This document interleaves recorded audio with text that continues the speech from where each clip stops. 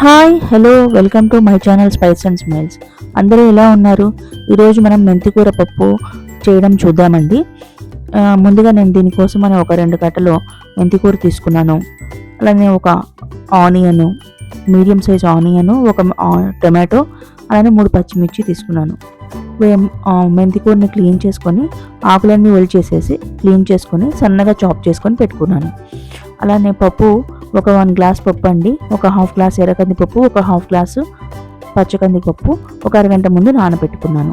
ఈ వెజిటేబుల్స్ అన్నిటినీ సన్నగా చాప్ చేసేసి అలానే మెంతి కూరని ఇవన్నీ కుక్కర్లో వేసేసాను.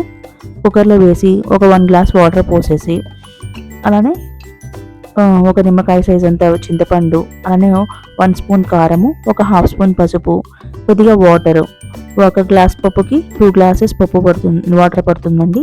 వేసేసి కుక్కర్ పెట్టి ఒక 6 నుంచి 7 విజిల్స్ వరకు రానివ్వాలండి.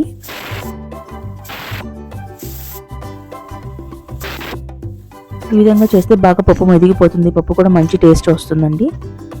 ఆ ప్రెషర్ పోయిన తర్వాత ఇలా కుక్కర్ ఓపెన్ చేసేసి ఈ టైంలో సాల్ట్ కలపండి. ఒక 1.5 స్పూన్ సాల్ట్ వేసేసి ఇంకా పప్పు కుత్తితో బాగా మెత్తగా మెదపండి. ఇలా అయిన తర్వాత దీనికోసం పప్పు వేసుకోవాలండి.